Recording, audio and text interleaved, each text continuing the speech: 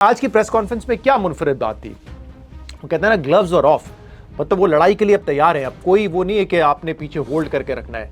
और इंटरेस्टिंग बात मैं आपको बताऊं कि आमतौर पे डीजी या एसपीआर की जो प्रेस कॉन्फ्रेंसेज होती हैं, चाहे वो इनकी हो या माजी में हो, आप देखेंगे उनका आगाज़ हमेशा पाकिस्तान की कोई ना कोई सिक्योरिटी सूरत हाल पे होता है। कोई इवेंट हुआ होता है या ओवरऑल मजमूई तौर पे जो सिक्योरिटी सिचुएशन है कि कितने टेररिस्ट मारे गए, शहादतें कितनी हुई हैं सिक्योरिटी फोर्सेस में, कहाँ कहाँ प्रॉब्लम्स हैं।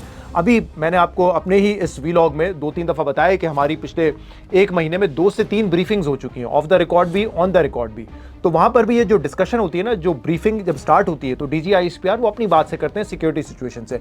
कहीं ना कहीं वो कोई पॉलिटिकल एलिमेंट होता है, वो सामने आ जाता है। लेकिन जब सवालात शुरू होते हैं ना, तो फिर वहाँ पे सहाफ़ी पॉलिटिकल सवाल करते हैं, क्योंकि जो ऑनगोइंग सिचुएशन होती है वो वहाँ पे पूछे जाते हैं। कुछ के जवाब आ जाते हैं, कुछ के हवाले से कहा जाता है कि देखें ये सियासी इशू है, इस पर हम बात नहीं करेंगे, हुकूमत बात करेगी। लेकिन वो जो सियासी सब कुछ चल रहा होता है, माहौल जो भी पस मंज़र होता है, वो कहीं ना कहीं एड्रेस हो जाता है। और कुछ लोग तो ये कहते हैं कि असल मकसद वही सियासी बात कर रहा होती है, बाकी सिक्योरिटी सिचुएशन पे तो सिर्फ एक अपडेट होती है और असल बात जो है वो वही करनी होती है। लेकिन आज ऐसा कुछ नहीं हुआ।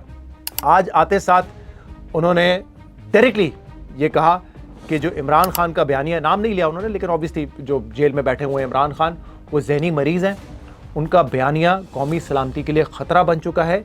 उनके इस बयानिए की अब मज़ीद चलने की कोई गुंजाइश नहीं है। दो टोक लफ्ज़ों में, कोई सिक्योरिटी सूरत हाल अहवाल नहीं, कुछ नहीं, फलान नहीं, डायरेक्ट टू द पॉइंट उन्होंने आके इसकी बात की और कहा कि अब इसकी आइंदा इजाज़त नहीं होगी।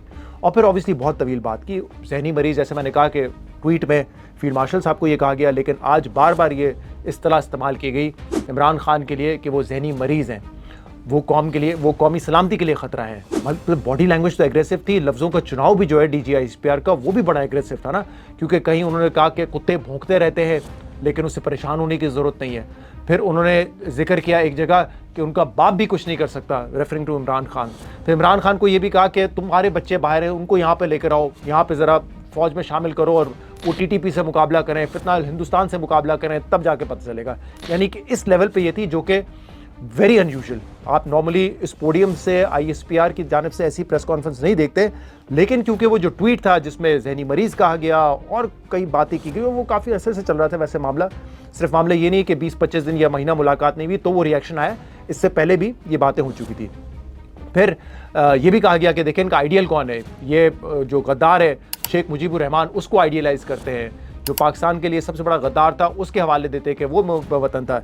ये सारी बातें जो है वहाँ पे की गई।